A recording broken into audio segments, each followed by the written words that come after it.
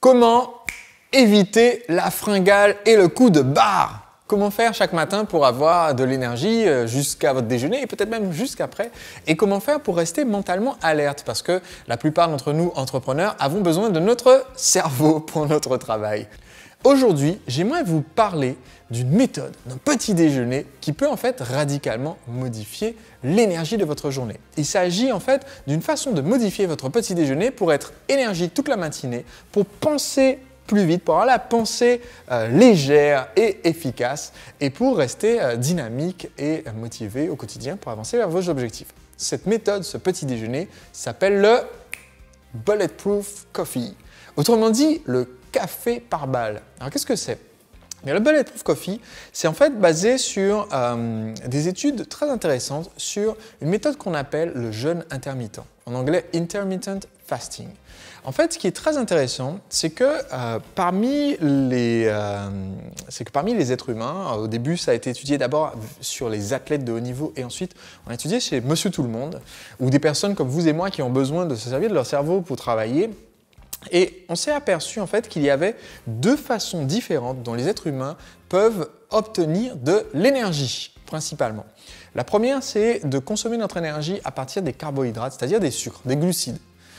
C'est ce que la plupart des gens utilisent comme source principale d'énergie pendant la journée, en démarrant leur journée avec des céréales dont du lait, ou du pain avec de la confiture, ou d'autres versions d'un petit-déj, muesli, flocons d'avoine, yaourt et des fruits, et qui continuent dans la journée avec des féculents, pommes de terre, riz, frites, patates douces, haricots ou des pâtes et qu'ensuite avec un goûter, etc. Donc la plupart des gens consomment principalement des glucides comme mode d'énergie principal.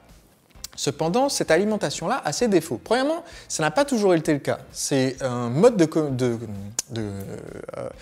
d'alimentation qui est né en fait avec le fait que les populations se concentraient dans les villes au début du XXe siècle, que d'un coup, l'idée d'un petit déjeuner avec des céréales a été très bien marketée par des gens comme Kellogg, que vous connaissez, ça vous dit peut-être quelque chose ce nom-là, un certain monsieur Kellogg qui faisait des flocons de maïs écrasés et grillés, et donc corn, maïs en anglais, flakes, flocons, cornflakes, et qui ont en fait marketé l'idée que le petit-déj idéal, c'était ça, pour avoir de l'énergie et travailler à la chaîne dans une usine, il vous fallait un solide petit déjeuner de pain, de céréales, avec du lait.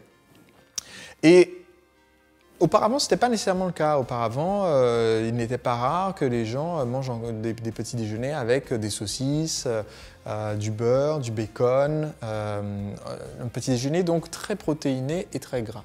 Et en fait, ce qui est très intéressant, c'est qu'il y a une différence dans la façon dont fonctionne le corps et le cerveau de quelqu'un qui s'alimente principalement avec des glucides et la façon dont fonctionne le corps et le cerveau de quelqu'un qui s'alimente principalement en prenant son énergie dans des corps gras, ce qu'on appelle des kétones. Alors je vais vous épargner le côté scientifique très poussé, mais je vais vous donner juste la base pour que vous compreniez justement le conseil, la méthode d'aujourd'hui et que vous puissiez tester si vous êtes curieux.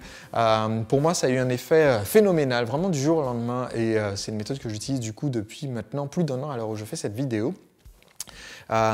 Donc, tout simplement, dans un corps qui consomme principalement du sucre comme source d'énergie, en fait, vous avez besoin du coup de vous alimenter régulièrement en sucre, et quand vous consommez d'un coup trop de sucre, comme par exemple vous prenez un gros petit déjeuner, eh bien votre corps va percevoir le danger parce que le sucre est un poison en grande quantité. Si vous avez trop de sucre dans le sang, vous risquez de mourir. Donc, pour éviter cela, on a un mécanisme de régulation qui est l'insuline, et notre corps, en sécrétant de l'insuline, permet d'un seul coup d'éviter que le taux de sucre dans le sang soit trop élevé, et donc, hop, on va récupérer ce sucre et le stocker temporairement dans le but de le relâcher plus tard. Le problème, c'est que en faisant ça, donc je consomme un pic de sucre, quelques minutes plus tard, je vais avoir un pic d'insuline.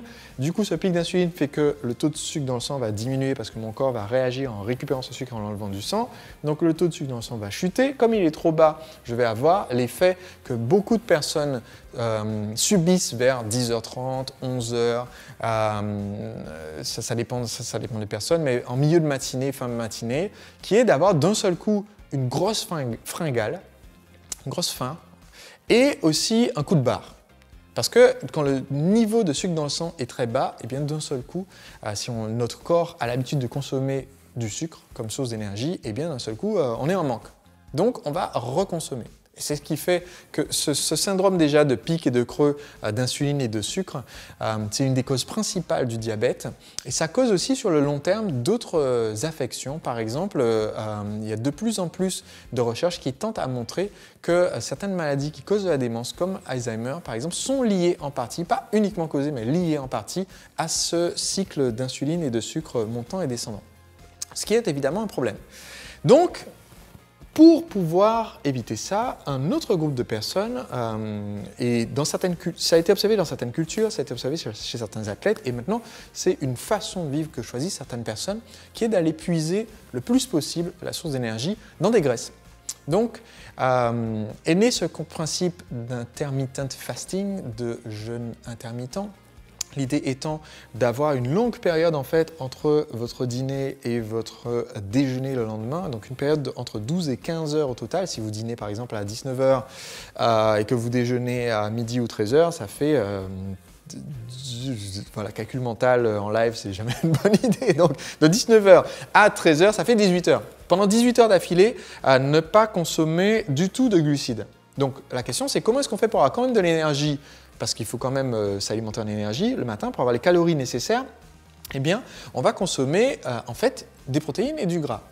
Peut-être même pas de protéines, mais surtout du gras. Donc, mon petit déjeuner, c'est une habitude que je partage, c'est une expérience que j'ai faite suite à la découverte de ces recherches scientifiques et d'une méthode simple qui s'appelle le Bulletproof Coffee, le café par balle. Et qu'est-ce que c'est que le principe du Bulletproof Coffee? C'est en fait d'avoir un café le matin dans lequel vous allez mixer du gras. Et ce gras, en fait, va être soit du beurre clarifié, donc vous prenez du beurre bio et vous le clarifiez. Vous pouvez acheter du beurre clarifié, ça s'appelle du JGHEE. Ou alors vous pouvez le clarifier vous-même, tout simplement en chauffant légèrement le beurre pendant suffisamment longtemps. Ça fait remonter toute la caséine, donc toute la partie pour laquelle les gens ont des fois des intolérances, eh bien remonte. Ça fait une sorte de petite mousse blanche. Vous enlevez la mousse blanche, vous gardez le beurre clair et il peut se conserver du coup sans être au frigo pendant très longtemps. C'est ce qu'on fait, c'est ce qu'on faisait traditionnellement pour pouvoir conserver le beurre très longtemps. C'est ce qu'on fait par exemple en Inde, dans les endroits où les gens n'ont pas de frigo. Donc, qu'est-ce qu'on fait? Vous gardez ce beurre clarifié et vous pouvez le mélanger dans votre café. C'est une première option. La deuxième option, c'est du beurre de coco. Qu'on peut trouver en bio, j'en ai pris un pot ici. Donc voilà, c'est du beurre de coco, ça ne coûte pas très cher si vous l'achetez dans les pots les plus grands possibles. Et en fait, celui-ci n'est pas réellement un pot d'huile c'est d'huile de coco, excusez-moi. Donc c'est à température ambiante selon où vous vivez, c'est liquide ou solide, puisque vers 20-25 degrés, ça redevient liquide. Ce qu'il y a là-dedans, ce n'est pas exactement que de l'huile de coco, puisque moi j'ai fait un mélange 50%, 50%. Donc je pourrais rentrer plus en détail dans la préparation de la recette dans un prochain épisode, mais l'idée est très simple en fait. 4 cuillerées à soupe, ce qui fait environ 60 g de graisse, ça représente environ 500 kilocalories. Et ces 500 kilocalories, en fait, vous permettent de tenir combien de temps? 4 à 6 heures. Vous pouvez tenir 4 à 6 heures avec cette quantité de calories. Alors évidemment, vous allez avoir un problème. Si vous continuez de mettre 4 cuillères à soupe de beurre ou 4 cuillerées à soupe d'huile de coco dans une tasse de café, qu'est-ce qui va se passer? Ça ne va pas se mélanger parce que le café c'est basé sur de l'eau et ça c'est de l'huile, ça ne se mélange pas. Donc qu'est-ce qu'on va faire? On va les mixer. Vous devez les mixer. Donc j'utilise un mixeur à pied, je mixe les deux, donc ça fait une émulsion. Ce qui veut dire que si vous le laissiez toute la journée, ça finirait par se reséparer, mais vous le mixez. Et en fait, c'est très intéressant. La texture est proche de celle d'un cappuccino. Contrairement à ce à quoi on pourrait s'attendre, même moi c'était ma crainte au début, est-ce que ça va pas être un truc un peu lourd, genre l'impression de boire du beurre, mais en fait non. Donc vous faites votre café allongé, vous mixez et ça vous fait en fait suffisamment de calories pour tenir toute la matinée, l'énergie et la clarté de pensée nécessaire pour tenir longtemps. Donc 4 cuillères à soupe, ça tient comme je disais 4 à 6 heures sans aucune sensation de faim. Et sans avoir le crash comme ça qu'on a quand on a un petit déjeuner à base de sucre. Donc voilà, c'est une expérience intéressante si vous voulez vous y livrer. Je sais que certains de mes lecteurs et spectateurs utilisent déjà cette méthode. Donc si c'est votre cas, partagez-le dans les commentaires. Dites un petit peu ce que vous faites pour votre Bulletproof Coffee. Il y a plein d'ajouts potentiels qu'on peut ajouter après, mais la méthode la plus simple, c'est effectivement ça. C'est de l'huile de coco, du beurre, du café mixés ensemble. Donc, voilà, si vous vous demandiez quel était le secret de cette énergie de Sébastien et de mon succès, c'est en grande partie le fait de pouvoir être énergique comme ça tous les matins.